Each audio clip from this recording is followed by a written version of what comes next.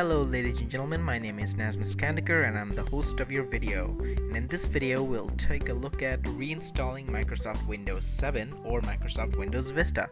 And so this video is about the easiest way to reinstall Windows, and the method I'm going to show you will work for any version of Windows you're currently using, either Windows XP, Windows Vista, or Windows 7. So if you wish to reinstall Windows 7 when you already have Windows 7, say you might have a virus, you might want to reinstall Windows, this method will work. Now people might tell you that to reinstall Windows you have to put up a whole day, back up all your data to an external hard drive, and then change your BIOS settings, boot from a Windows DVD, and then you have to format your hard drive and then install Windows and then copy all your files back from the external hard drive. No. This is not the 1990s anymore. This is not the era of Windows XP. The Windows 7 and Vista installers have become so advanced that reinstalling Windows is actually easier than some people make it to be.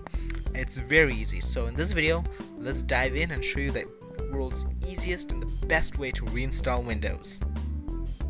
Okay, so I'm on my Windows 7 desktop. This could be Windows Vista, Windows XP, or even Windows 8. So yeah, you could downgrade from Windows 8 to Windows 7 if you want to, which using the method I'm going to show you. So yeah, if you're on your desktop, so what we're going to do is launch the Windows setup directly from Windows. But before I do, make sure, just to be safe, you don't need to do this, but just to be safe, just back up your documents to an external hard drive or a flash drive, whatever you wish to back up it to, or the cloud, your pictures, personal photos, music. Just back it up in case something goes wrong. Most likely nothing will happen and you don't need to back it up, but just to be safe, just back it up.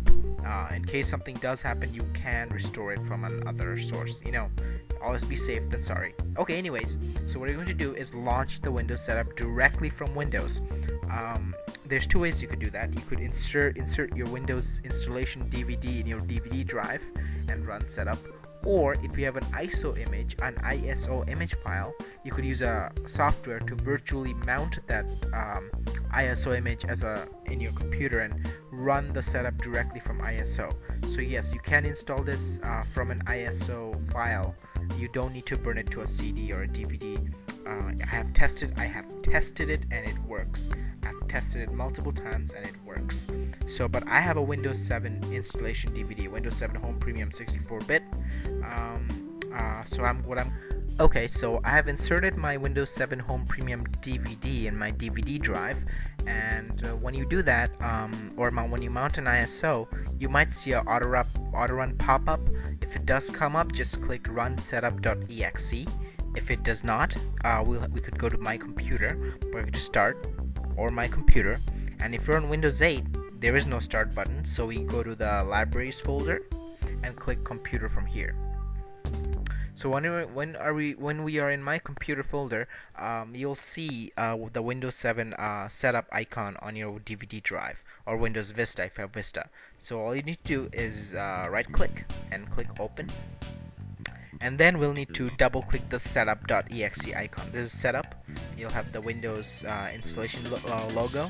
So all you do is double click setup, and we'll have a pop-up warning. Make sure you're running and installing from an administrator account, and then click yes. So Windows 7 or Windows Vista installation dialog box should pop up. If it asks you to choose a language, do so. I chose English, and then keyboard layout and the country, and click next. And now you should have the install now dialog box. Just click install now, and we're off we go. It's a setup is starting. Wait for it to start. This will take the time it takes will depend on how fast your CD or DVD drive is.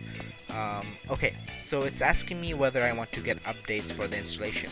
I always recommend that you get the latest updates. So in case there's a bug, the update should patch it up. So I recommend you click that. I also like to send Microsoft anonymous data so they could improve the install experience. So I'll check that. You don't have to do that. So we'll get the update. It's searching for the update. It downloaded the latest update. Now it's going to restart. So now we have the latest version of the installer. And now setup is restarting. Okay, so setup restarted and we have this license agreement. We'll need to agree to this before we can install.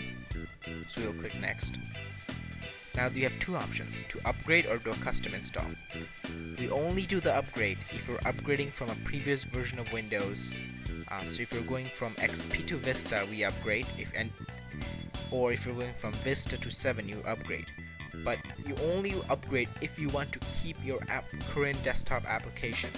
If you don't want to keep any of your desktop applications, do not click upgrade. Also, you cannot upgrade from XP to 7, or you cannot upgrade from So yeah, the only way you could use this is XP to Vista or Vista to 7. Also, if you want to reinstall Windows 7 or reinstall Windows Vista and you already have the same operating system, we do custom. For every other scenario, we do custom. So in this case, since I already have Windows 7 and I'm reinstalling Windows 7, we'll click custom. Alright, so when you click custom, we have the option of disk partitions. So these are the partitions on my hard drive. So what you want to do is select the partition where Windows is currently installed. So if you're running Vista or 7 and Windows is installed on C drive, we'll choose C. So make sure to select the partition that Windows is currently installed, because we need to replace our current operating system with the new OS. So I have Windows 7 on my C drive, and I'm going to want to replace it with the new installation. So I'll choose the C and then click next. Now you get a notification saying that you're about to install Windows where Windows is already installed. What this will do is that it'll copy all your files, move all your files like personal files, documents, music, and all other files that's currently on your C drive into a folder called windows.old. So once you're done installing, we could go back to that folder and get the files we need. So we'll click OK. Now it is installing Windows. Now notice that it's starting, so it'll copy the Windows files, expand them, install the features, install the updates, and complete the installation. But notice that I'm still currently running the setup from Windows. So if I press start, there's my start menu, there's my taskbar, Windows is running within Windows 7. So this is a much easier way. So I could run the internet if I could open up Internet Explorer and actually browse the web while this is installing. Do not start any work here because it will restart and you'll lose any unsaved work. But you can't browse the web while you're waiting for this to install. So you can see Bing is loading. See, I have full internet, so I could browse the web if like freely until this installs. So again, I'm going to pause the video until the computer restarts. So see ya later in a bit. Okay, so Windows has restarted. So what it had done is Windows setup has copied all of the setup files from the disk to the hard drive and restarted the Windows, and now the installation will continue from the hard drive. So if you had mounted an ISO image, don't worry about it because all the important files are copied to the hard drive. If you had put a DVD inside, you can easily take it off because the DVD is not going to be used. It's all running from the hard drive. Okay, so Windows setup has finally finished installing. It took like 30 minutes, or a little less than that. So now it's finished installing. So now it's asking for some basic information. So I'll type it in and off we go.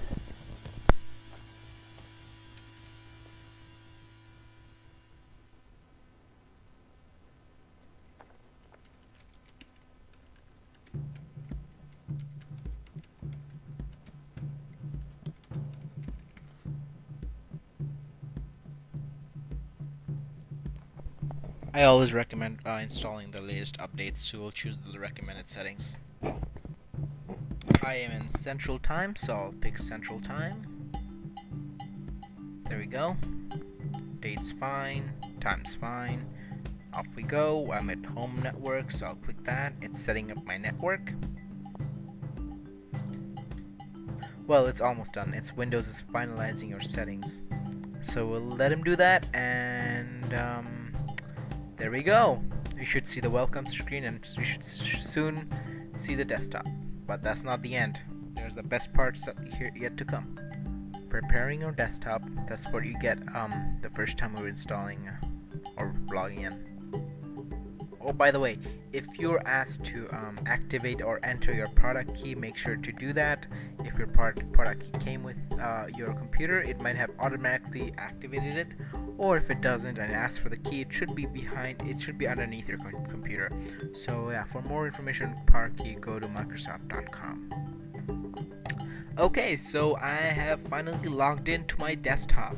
As you might see, my resolution is much lower than it was before, and my arrow glass is gone, and that's because when it is a fresh install of Windows and I have to reinstall all my drivers.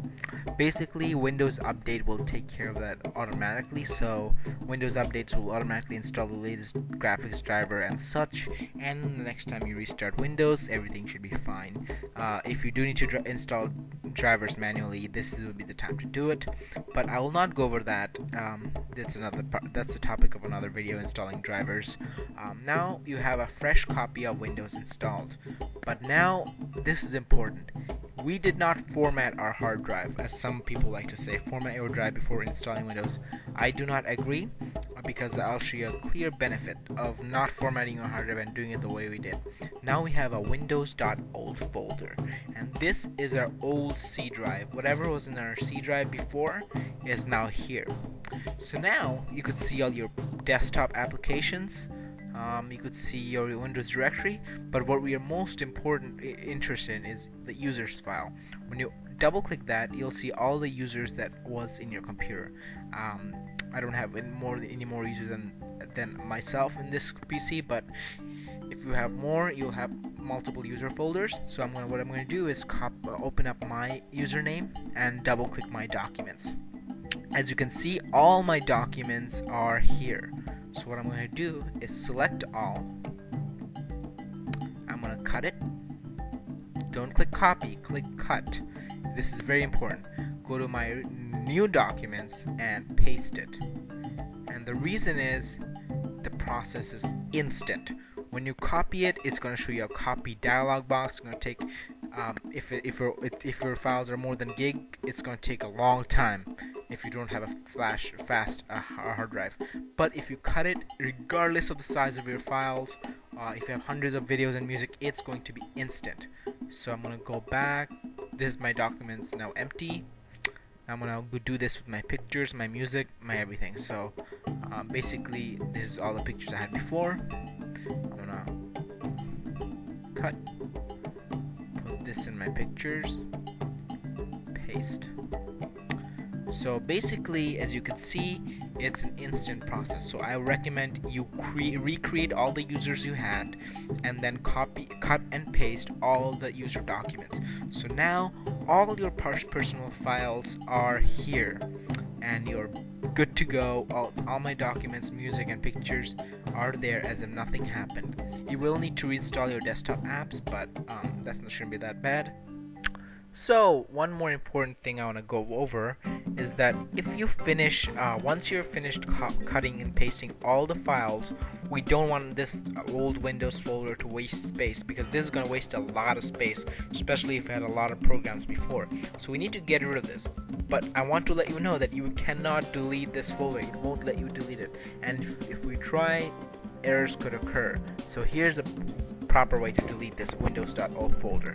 So click to delete the windows.old folder, we open up all programs, and then we click accessories, and then we click system tools, and there's disk cleanup. We could have also typed in disk cleanup, DIS, and then there it is. Once you click that, let it load. Okay, so once this opens up, we need to select cleanup system files. So now it might ask you for your password. If so, then give it to it, and then it'll start relaunching. So we'll wait till this is done. Okay, so once this loads, we should see lots of options. what I would do is check. You could check the other ones if you want, but what I would do is check the previous Windows installation folder. So I had 11.9 gigabytes, but I didn't have any other software installed. So if you had like Office or Photoshop, you'd have way more gigabytes. Sometimes I have like 40 gigs or 50 or 60. If I have games, I have 100 gigs of stuff in there. So what you need to do, once you have cut and paste everything, make sure you have cut and paste everything.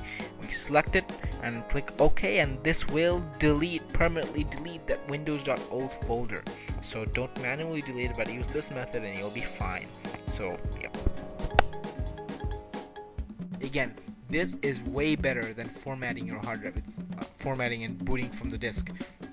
It's faster, it's safer, you don't need to burn an ISO. You could directly from an ISO. Just let Windows Update install your drivers and you should be good to go. So so there's my video on the easiest way to reinstall Windows.